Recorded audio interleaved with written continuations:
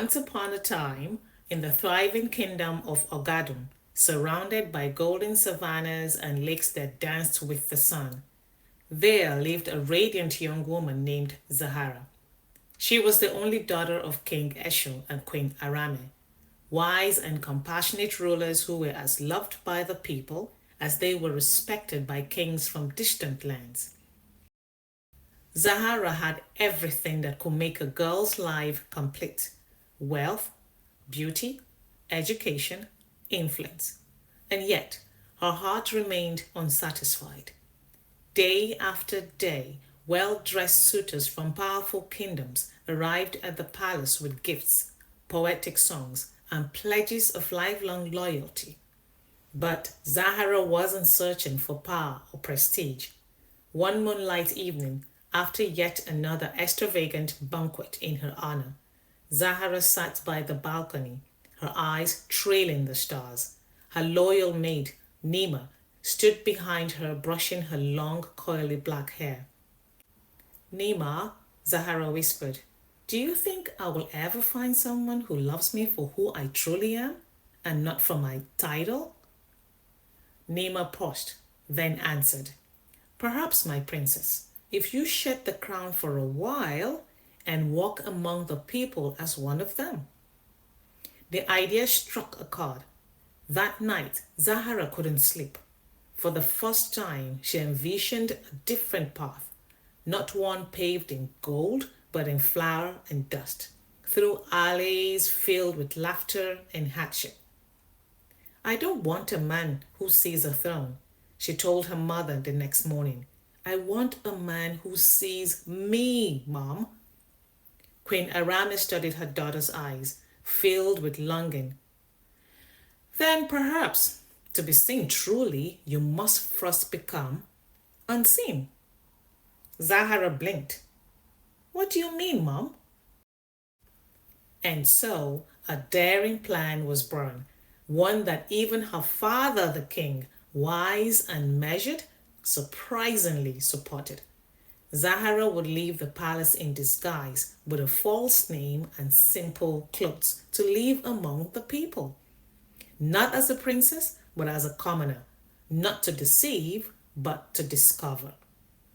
To protect her, King Esho assigned 3 trusted guards, Oba, Rikatu, and Philo, highly skilled but dressed like ordinary travelers and farmers.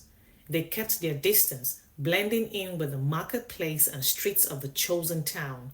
Zahara will be safe even in secret. She renamed herself Maria, a name chosen by her mother, meaning graceful journey. With only a small bag of coins, her loyal maid Nima, and a heart full of courage, Zahara set out on a new path. The chosen town was Injila, a vibrant community known for its honesty, colorful markets, and most importantly, its famous bakery run by a stubborn but kind widow, Mama Ronti. At sunrise, Maria arrived dusty, sweaty, and nervous. She knocked gently on the wooden door of the bakery. Smoke puffed from the chimney. A rooster crowed nearby. Mama Ronti answered, hands coated in flour, eyes squinting. Yes, wetin you dey find for here this early morning? I'm looking for work, ma. I can clean, fetch water, help with baking. Please, I'm strong. Mama Ronti eyed her suspiciously. You be city girl.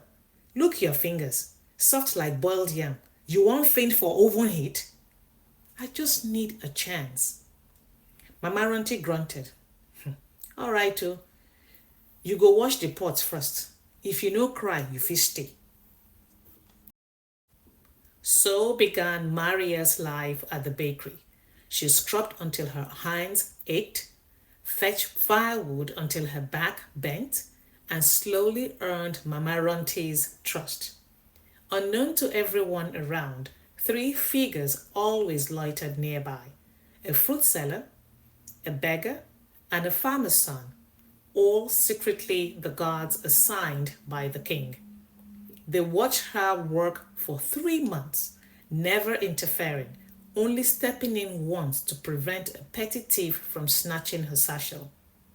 And all the while, Maria was learning, not just about baking, but about people. She laughed with customers, played with children, shared boiled corn with market women. For the first time, she felt alive and unseen in the best way. Each afternoon, as the heat settled into a lazy hum, a young man entered the bakery. His name was Tomiwa. He wasn't flashy like the palace suitors. He was a carpenter, tall with deep brown skin, arms shaped by years of labor, and eyes that carried silent stories. He bought the same thing every day, one loaf of bread, nothing more. But he noticed things. Your scarf is different today, he said once with a gentle smile. It suits you. Maria blushed. He didn't treat her like someone to impress. He spoke to her as if she were a person worth listening to. Slowly, a friendship blossomed, one rooted in laughter, shared jokes, and quiet understanding. One evening, they sat beneath a wide baobab tree. Don't you ever wonder where I'm from? Maria asked, searching his face. Tomiwa smiled faintly. People carry the past in their eyes, but I'm more interested in the fire that still burns in them today. Her heart fluttered. Days turned to weeks. Tomiwa never pushed, never pried. But Maria soon learned he had secrets too. One morning, he didn't come, or the next. Worried, Maria asked Mama Ronti, then ventured toward the edges of Injila, trailing him discreetly. She found him in a small hut, tending to a frail woman. His mother, Mama Kike, had fallen ill. Their home was humble, their food scarce. Maria watched as he gently fed her, cleaned her feet, and stayed awake fanning her through the night. When she finally stepped into the hut, he looked up, surprised. I didn't want you to see this, he said. She held his hand.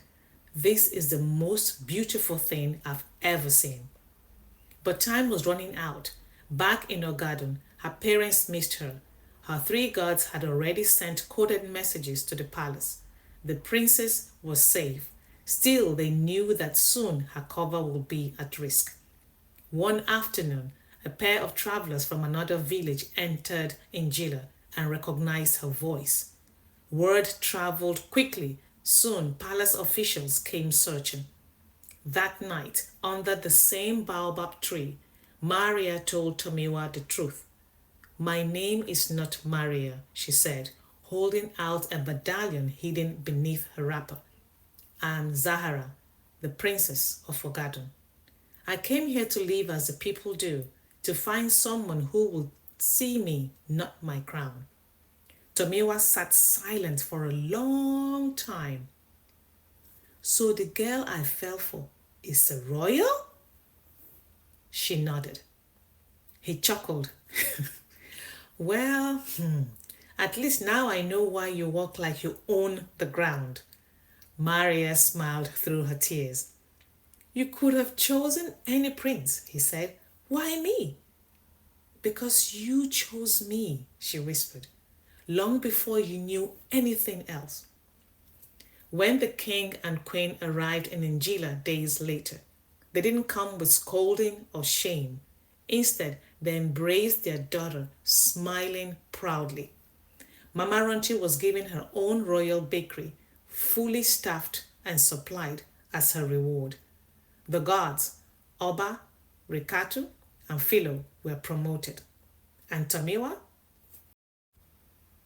He stood quietly before the king, unsure. Do you love her? King Eshun asked. With everything I am, he replied, kneeling. Then rise. The palace has waited long enough. The royal wedding was like none ever seen in Ogaden. There were no golden thrones or diamond canopies. Instead, there were palm leaves, market music, and sweet bread from Mama Ronti's bakery. Maria wore a dress woven by the women of Injila. Tamiwa wore a simple robe sewn by his mother, and seated on the front row were the people who had shared her journey, the ones who had known her not as a princess, but as a girl of flour and fire. Zahara, once Maria, married the man who loved her in disguise, protected by a kingdom that understood the wisdom of humility. True love is not built on crowns or titles, but on courage, kindness, and truth. Sometimes to find your future, you must first walk away from everything familiar and let your heart be tested in the fire of simplicity.